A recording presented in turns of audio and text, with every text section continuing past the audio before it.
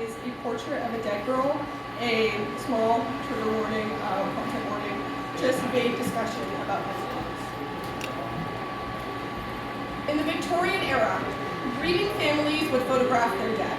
Though morbid, they would commemorate their loved ones with just one last portrait to remember them by. When you look at the faces of their dead, if you look beyond the closed eyes and blank expressions, I believe you can almost see who they were in life. If you listen to the silence of these photographs, you might hear what they sounded like when they laughed, or how their voice raised in anger.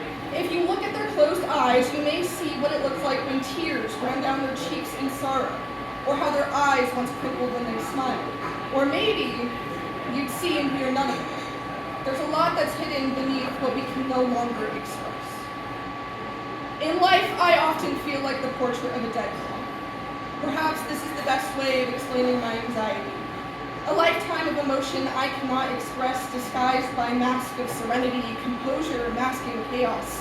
When I die, please take my portrait with the same warped lens that I looked through in life, that distorts every conversation into a show, an act, a performance. I strive for perfection, and I will settle for nothing less. People ask what I want to be when I grow up, and I see now I've grown into a puppet. Can you see my strings? You hear my voice and you associate it with strength, because you cannot hear the whispers of weakness that fill my head like the breath I'm constantly holding in my chest, the unstudied racing of my heart trapped within my rib cage, encaged by the endless questions I have about myself. When I die, I wonder if I'll be remembered as who I am or who I set out to be. I have learned that you spend your entire life trying to know the person you are. I find it easier to shake hands with time before I match palms with the person in the mirror, a shattered image of who I'm pretending to be. In light choreography, I've memorized the tone of voice and a polite smile and bullshit necessary to avoid being asked, "Are you okay?" Because no, I am not fine. I am simply memorizing my lines.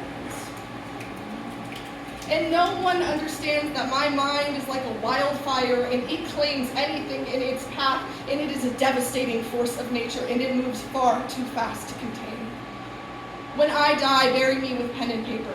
Because when someone asks me, "How are you?" I can't respond that I can't sit still, that I can't eat, and I can't sleep, and I feel like my friends hate me, and I want to fly back home, and I hope my sister is okay, and I hope my parents are proud, and I hope he doesn't hate me, and I hope that eventually I will meet me, and I won't hate her. So no, I can't respond with that. But maybe I can write it into words, and if I'm lucky, maybe even a poem. But for now, I'll respond with, "I'm good, thank you for asking." And sometimes, when you're not ready, like death, the fear and the anxiety and the voices and the depression find you all at once, and like the river Styx from a myth, the waves pull you under, you stick a hand up for air, and it's cold, so hold my hand, we have a long way until we hit the bottom.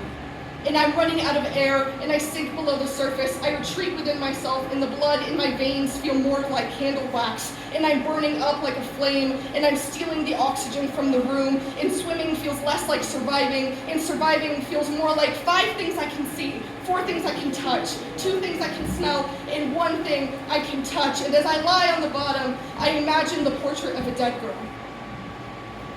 She's beautiful. And when I look at her once animated expression, I see the ghost of a girl from Las Vegas.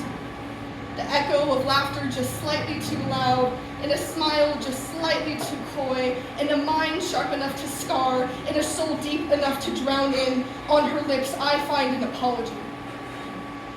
So I do my best impression of a mirror, and I tell myself it will be okay. So when I die, let my last words be a promise to live life unapologetically and for no one but myself. When I die, I will wear my best dress and I will dance in the graveyard because I will celebrate a life well lived. When I die, bury me with a dozen red roses, but they are one of the 2 things that I smelled. And when I die, I wonder if you'll see me for who I was and not just the portrait of a dead girl.